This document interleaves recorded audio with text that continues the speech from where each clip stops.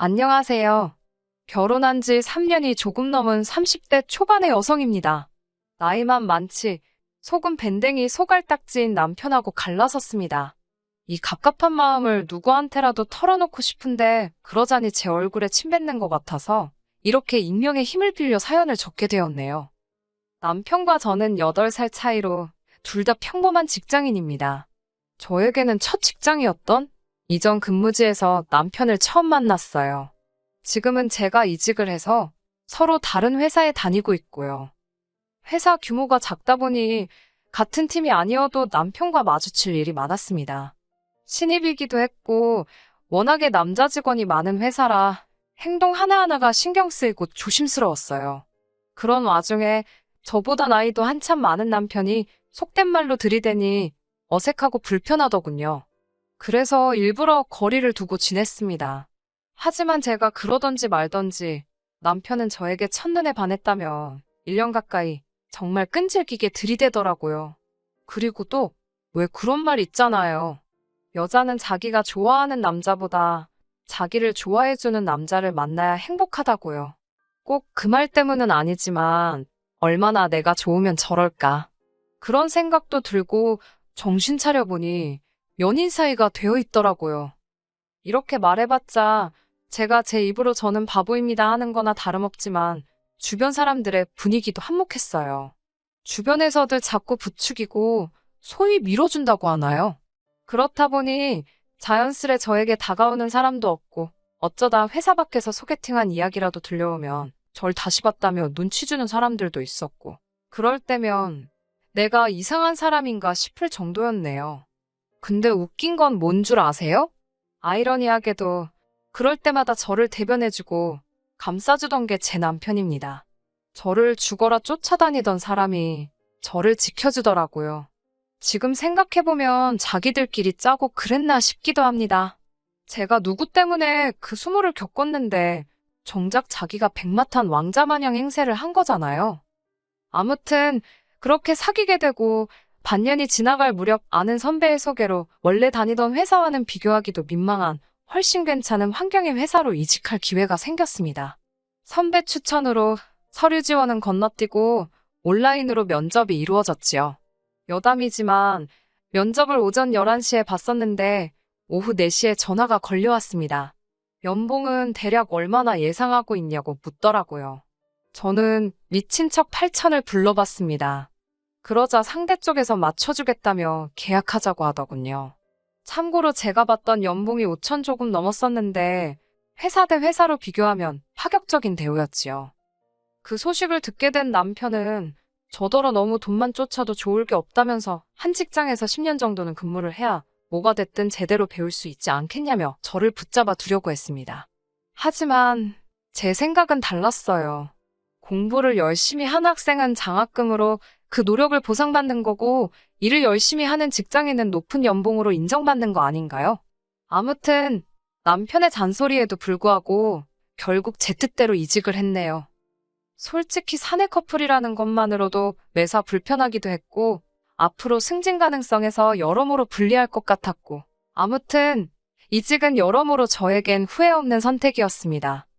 이후로 남편은 걸핏하면 결혼하자는 소리를 해대기 시작했어요.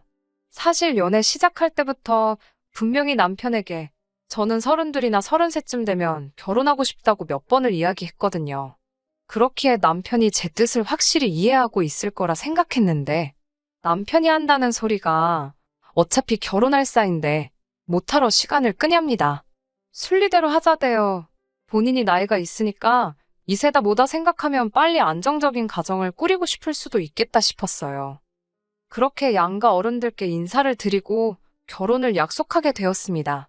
결혼 이야기가 오가니 자연스레 서로 가진 게 얼마이고 얼마나 지원받을 수 있을지 등 현실적인 이야기가 오가기 시작했어요. 제가 남편과 같은 회사를 잠깐 다니긴 했지만 남편의 연봉이라던가 그런 자세한 정보는 솔직히 모르고 있었습니다. 다만 데이트를 할 때면 제가 내겠다고 해도 굳이 자기가 내겠다며 우겨대는 걸 보고 여유가 좀 있나? 그런 생각을 했던 건 사실이에요. 그렇다고 해서 저희가 분위기 좋은 곳만 골라다니며 비싼 데이트를 했던 건 아니지만요. 남편의 연봉은 약간 빠지는 7천이었고 모아둔 돈은 9천 정도 있다고 했습니다. 시댁에서도 1억을 보태주신다 했고요. 반면 저는 남편보다 8살이나 어렸고 그만큼 직장생활 시작도 느렸기에 제가 모아둔 돈은 5천 남짓이었습니다. 그리고 친정에서 8천을 보태주시겠다 하더라고요. 남편이 이에 대해 불만이 있었다는 건 결혼 준비를 하는 동안에는 조금도 눈치채지 못했었습니다. 늘 괜찮다, 괜찮다는 소리를 입에 달고 다니던 사람이거든요. 대신 한 가지만 부탁한다면서 자기 부모님께 살갑게 대해달랍니다. 딸이 없으신 분들이니까 저만 잘하면 간이고 쓸개고 빼어주실 거라면서요. 덧붙이기를 1억이나 해주는 시댁이 흔하지 않다면서요. 아무래도 자기는 1억 9천을 해오고 저는 1억 3천을 해가는 상황이었으니까 생색을 내고 싶었던 모양이에요. 생색이라고 표현하긴 했지만 정말 감사하게 생각했습니다. 양가 부모님 모두 자식들 결혼시키는데 돈을 보태주시는 게 의무는 아니잖아요. 그래서 남자친구 말대로 어머님 아버님께 잘하겠다고 생각했습니다. 그렇게 저희는 서울 외곽에 있는 소형 아파트에서 전세로 신혼살림을 시작했습니다. 사실 이 아파트는 저희 친정부모님이 전세를 주고 계시던 집인데요. 원래 살고 있던 세입자분께 사정사정한 끝에 저희가 들어올 수 있었네요. 이제서야 말이지만 신혼집을 구하는 것도 쉬운 일은 아니었습니다. 저희가 가진 예산이 3억이 좀 넘었는데 거기서 그나마 결혼식과 혼수 등에 들어갈 비용을 제하고 나니 눈을 많이 낮춰야 하는 상황이었고요. 그렇다고 회사 위치도 무시할 수는 없었으니 여러모로 곤란한 상태였습니다. 그러자 친정언니가 그러면 부모님 댁에 전세 계약하고 들어오는 건 어떻겠냐고 먼저 물어봐 주더라고요. 사실 저도 그 생각을 안 했던 건 아닌데 아파트 자체가 부모님 재산이기도 하고 또 저에겐 언니도 있다 보니까 말을 꺼내기가 쉽지 않았거든요. 그런데 언니가 먼저 이야기를 해줘서 너무 고마웠네요. 아무튼 그렇게 부모님 아파트에 전세 2억 7천으로 계약을 맺게 되었습니다. 이후로 저는 남편과 약속한 대로 시댁에 가면 싹싹한 며느리로서 최선을 다했습니다. 딱히 어머님이나 아버님이 저에게 일부러 심부름을 시키시거나 곤란하게 만드시는 분들은 아니셨기에 잘해드리고 마음 써드리는 게 불공평하다 느껴지지는 않았습니다. 하지만 아무래도 아들만 둘을 키우신 분들이라 그런지 두 분 다 말투가 괄괄한 면은 있으셨어요. 그래도 이런 건 제게 큰 문제가 되지 않았습니다. 정작 이런 제 마음을 불편하게 만드는 건 남편이었어요. 저에게는 딸 같은 며느리가 되어달라던 사람이 정작 저희 친정에만 가면 무건수행을 하더라고요. 처음에 몇 번 갔을 때는 어색해서 그러나 보다 싶었습니다. 연애할 때도 말이 그렇게 많은 사람은 아니었고요. 그런데 결혼한 지 1년이 지나도 2년이 지나도 저희 친정에만 가면 말을 안 하는 건 여전하더라고요. 처음에는 저희 부모님이 저희 싸웠냐고 무슨 일이 있는 건 아니냐고 걱정을 하실 정도였지요. 그래도 지금은 누가 말을 걸면 말을 하긴 하는데 지금은 뭐 친정 부모님도 그러려니 하시고요. 반면에 저희 형부는 다릅니다. 제가 봐도 형부는 저희 집 아들인가 싶을 정도로 저희 부모님한테 잘해주세요. 저희 부모님이 어디 병원이라도 가셔야 하거나 힘드신 일이 있으면 누가 부탁하기도 전에 자기가 먼저 나서서 챙겨드리고 모시고 가고 그래요. 언니랑 저 둘 다 형부가 우리보다 낫다며 웃을 만큼이요. 그런 형부가 더 좋은 사람이고 남편이 나쁘다는 건 아닙니다. 사람마다 성격도 다 다르고 표현하는 방법도 다 다른 거니까요. 하지만 저희 부모님 입장에서 생각해본다면 그래도 누가 더 예뻐 보이겠어요?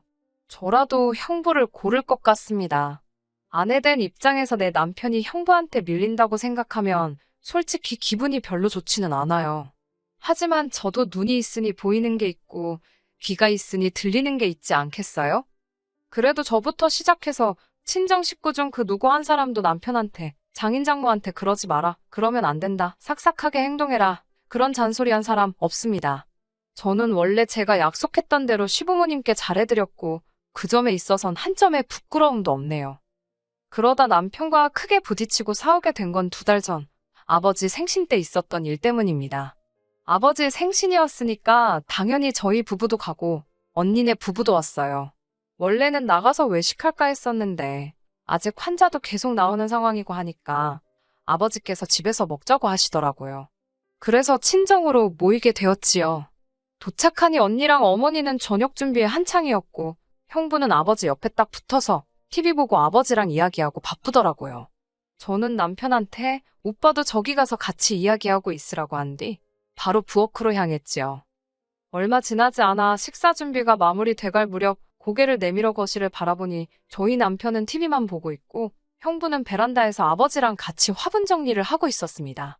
아무리 재주가 없어도 가서 기웃거리고 도와주겠다는 신용이라도 좀 하지. 솔직히 그때는 정말로 TV나 보고 앉아있는 남편이 한심하더군요. 그래도 어쩌겠어요. 본인이 그럴 주변머리가 없다는데 뭐라고 할 수도 없고 냅뒀습니다. 이윽고 식사가 끝나고 아버지와 형부는 술 한잔 하겠다며 방으로 들어갔어요. 제가 남편한테 오빠도 가서 마시라니까 자기는 과일이 더 좋답니다. 눈치 없는 남편에게 저도 기분이 상해버려서 과일 먹고 싶으면 알아서 갖다 깎아 먹으라고 싸붙이곤 언니와 어머니와 함께 부엌에서 뒷정리를 시작했네요. 얼마 지나지 않아 안방에서 아버지와 형부의 목소리가 흘러나오기 시작했습니다. 두 사람 다 술이 들어가니까 목소리가 커져가지고는 밖에 있는 사람들도 두 사람이 무슨 이야기를 하는지 다 알 수 있을 지경이었지요. 형부는 아버지께 연신 감사하다며 정말 아껴서 타겠다는 인사를 드리고 있었습니다. 사실 아버지께서 얼마 전 형부에게 국산 중형차 한 대를 뽑아주셨거든요. 표면적인 이유는 형부가 승진을 해서였지만 사실 저는 부모님께서 줄곧 언니네 부부에게 차를 한 대 사주고 싶어 하시는 걸 눈치채고 있었습니다. 그래서 그 사실을 알았을 때 드디어 사주셨구나 싶었지 별다른 생각은 없었습니다. 20살을 갓 넘었을 때 큰 병을 앓았던 언니는 그 이후로 체력이 많이 약해졌어요. 그렇다 보니 출퇴근하는 직업을 갖는 건 상상도 할 수 없었지요. 제가 알기로는 외주를 받아서 집에서 몸에 무리가 안 가는 정도로만 일을 하고 있습니다. 그리고 형부는 부모님이 안 계시고요. 이런저런 이유로 언니네 부부가 저희 부부보다 경제적으로 넉넉지 못한 상황이에요. 그래서 아버지께서 두 사람이 결혼할 때 많은 도움을 주셨던 걸로 알아요. 그러다 얼마 전부터는 언니가 병원을 다니게 되면서 차가 필요하게 되었는데 부모님께서 제 눈치를 보시더라고요. 마음 같아선 한 대 사주고 싶으셨는데 혹시나 둘째인 제가 불만을 가질까봐 걱정하셨던 거겠지요. 그러다 얼마 전 형부가 한 번에 두 직급을 승진하면서 아버지는 그걸 핑계로 선물이라며 차를 사주신 거고요. 솔직히 아버지 돈이잖아요. 아버지가 돈을 당신한테 다 쓰시든 기부를 하시든 아버지 자유지요. 부모님이 제 눈치를 보시는 건 뭐랄까 저에게 마음을 써주시는 거지 솔직히 제가 이래라 저래라 할 권리는 없다는 걸 잘 알고 있습니다. 하지만 남편은 저와 생각이 달랐던 모양이네요. 집으로 돌아오자마자 남편은 아까 그게 다 무슨 이야기냐며 저에게 따지듯이 묻더라고요. 저는 사실 그대로 말해주었습니다. 형부가 승진을 했다. 그것도 한 직급이 아니라 두 직급이나. 그래서 아버지가 기분 좋다고 사주신 것 같다고요. 그러자 남편은 누구는 승진 안 했냐면서 자기 승진했을 때는 아버님께서 고생했다 수고했다 말로만 그러시더니 형님은 차를 사주시냐고 왜 기분 나쁘게 차별을 하시냐입니다. 남편의 말에 어처구니가 없었던 제가 내가 차별한 것도 아닌데 왜 나한테 그러냐고 그러면 오빠가 아버지한테 전화해서 물어보라 했습니다. 왜 오빠는 안 사주냐고요. 그리고 아버지 돈인데 아버지께서 쓰고 싶으면 쓰고 말고 싶으면 마는 거지. 그걸 우리가 뭐라고 할 수는 없지 않냐고 써붙였어요. 그러자 남편이 한다는 말이 저더러 바보냐입니다. 아버님 돈이 나중에 다 제 돈이 될 건데 아깝지도 않냐고요. 그러다 언니 부부한테 다 퍼주시면 어쩌려고 그러냐면서 그리고 나이 먹을 만큼 먹으신 장인어른이 사위들 가지고 장난치시는 것도 아니고 너무 치졸하시다나요? 그러면서 저더러 제 밥그릇을 잘 챙기라대요. 어이가 없어서 제가 남편에게 말 조심하라고 장인어른한테 말을 그따위로 하냐고 했어요. 그리고 당신이 평소에 우리 아버지한테 싹싹하게 했어보라고. 내가 시댁에서 하는 거 반만 했어도 우리 아버지가 당신한테도 진작에 차 한 대 뽑아주시고도 남았다 그랬습니다. 친정만 가면 뚱한 표정으로 입만 대빨 내밀고 있으면서 우리 아버지가 형부한테 차 사줬다니까 그건 세미나냐고 싸붙였지요. 그러자 형님은 자기 친부모가 없으니까 저희 친정에 잘하는 거랍니다. 그러면서 알랑방구나 끼는 형님보다 묵묵히 열심히 사는 자기가 훨씬 낫지 않냐는 억지를 쓰더군요. 덧붙여 한다는 소리는 더 가관이었습니다. 자기는 결혼할 때 2억이나 가지고 왔다고 으스대는 거예요. 어이가 없어서. 솔직히 남편이 저보다 8살이나 많으니까 당연히 저보다 모아둔 돈도 많은 게 정상 아닌가요? 제가 너무 화가 나서 나보다 8살이나 많으니 당연한 거 아니냐고. 그리고 똑바로 말하라고 2억이 아니라 1억 9천이라고 따지고 들었어요. 무엇보다도 화가 났던 건 저는 뭐 몸만 시집 갔나요? 저도 1억 3천 해갔습니다. 그리고 이런 말 제 입으로 하는 건 정말 싫지만 연봉도 제가 많고 지금 사는 집도 친정부모님 소유고 진짜 눈에 뵈는 게 없다는 게 이런 기분인가 싶었습니다. 열받아서 남편에게 쉴 틈도 안 주고 다다다다 미친 듯이 사부쳤어요. 그날 밤 생각할수록 너무 정이 떨어지더군요. 나이값도 못하는 저런 인간하고 더는 못 살겠다 싶었지요. 진짜 갈라서 말어 그러고 있는데 아버지한테 전화가 걸려왔습니다. 세상에 남편이 기어이 저희 아버지한테 문자를 보냈더랍니다. 자기가 형님보다 못한 게 뭐냐면서 형님은 돈이 없어서 몸으로 때우는 효도를 하는 거고 자기는 2억, 그놈의 2억 타령을 또 했더라고요. 아무튼 2억이나 들고 왔고 지금 연봉도 얼마고 어쩌고 저쩌고. 아버지께서는 저희 남편이 그 정도로 마음이 상한 줄 모르셨다며 저희한테도 차 한 대 사줄 테니까 남편 마음을 잘 달래주랍니다. 하지만 저는 그 이야기를 들은 순간 이혼에 대한 확신을 갖게 되었네요. 퇴근하고 돌아온 남편이 제 눈치를 보면서 혹시 장인어른이 무슨 말씀 안 하시더냐고 묻길래 제가 준비했던 말들을 속사포처럼 쏟아냈습니다. 그놈의 1억 9천 지긋지긋하다고 그거 뭐 우리 아버지한테 빌려드린 돈이냐고 뭐만 하면 그놈의 1억 9천 그까짓 돈으로 집도 못 구해서 결국 우리 친정부모님이 도와주셨는데 그래도 1억 9천 소리가 나오더냐고요. 진짜 찌질해서 못 봐주겠다고 이혼하자 했습니다. 그제서야 남편은 아니 왜 이혼 이야기가 나오냐면서 아버님 재산의 반은 어차피 제 건데 벌써부터 형님 차 사주고 처형 용돈 주시고 그러면 곤란하답니다. 미친 어이가 없어서 욕이 다 나오더라고요. 지 말대로 그게 내 거면 곤란해도 내가 곤란하지. 지가 왜 난리냐고요. 어이없어서 제가 막 웃으면서 그래 내 거지. 그게 네 거냐고. 왜 네가 나서서 난리냐고 그랬어요. 그러자 한다는 말이 부부재산은 공동재산인 거 모르냐길래 부부일 때 말이지. 근데 나는 너랑 이혼할 거라고 그랬습니다. 이후로는 뭐 말해 뭐하나요. 한마디로 진흙탕 싸움이었지요. 나중에는 이 망할 인간이 한다는 소리가 막말로 장인 장모가 당장 내일이라도 죽을지 어쩔지 누가 아냐면서 그리고는 까봤는데 재산이 이미 다 처형내로 넘어가 있으면 저만 X되는 거랍니다. 그러면서 이 하늘 아래 제 생각해주는 건 지밖에 없다네요. 진짜 또라이 아닌가요? 결국 양가 어른들까지 상황을 다 알게 되셨고 이혼하게 되었습니다. 시부모님께서는 나이만 먹었지 남자는 원래 어린애라면서 저한테 잘 가르치면서 살면 된다고 저더러 한 번만 품어주라셨어요. 그 이야기를 전해들은 친정부모님께서는 그 집구석은 딸 자식이 없으니까 그런 소리를 잘도 한다면서 결국 양가 어른들 싸움으로 번졌거든요. 진짜 사람이 나이만 먹는다고 어른이 되는 건 아닌가 봅니다. 지금도 생각할수록 진저리가 나고 욕만 나오네요. 염치도 없고 찌질한 인간 같으니라고. 더 웃긴 건 지금도 연락이 온다는 겁니다. 사람 진심을 왜 이렇게 몰라주냐고요. 계속 무시하면 지도 언젠간 지풀에 지쳐서 떨어져 나가겠죠 뭐. 끝까지 들어주셔서 감사합니다. 오늘의 사연은 여기까지입니다.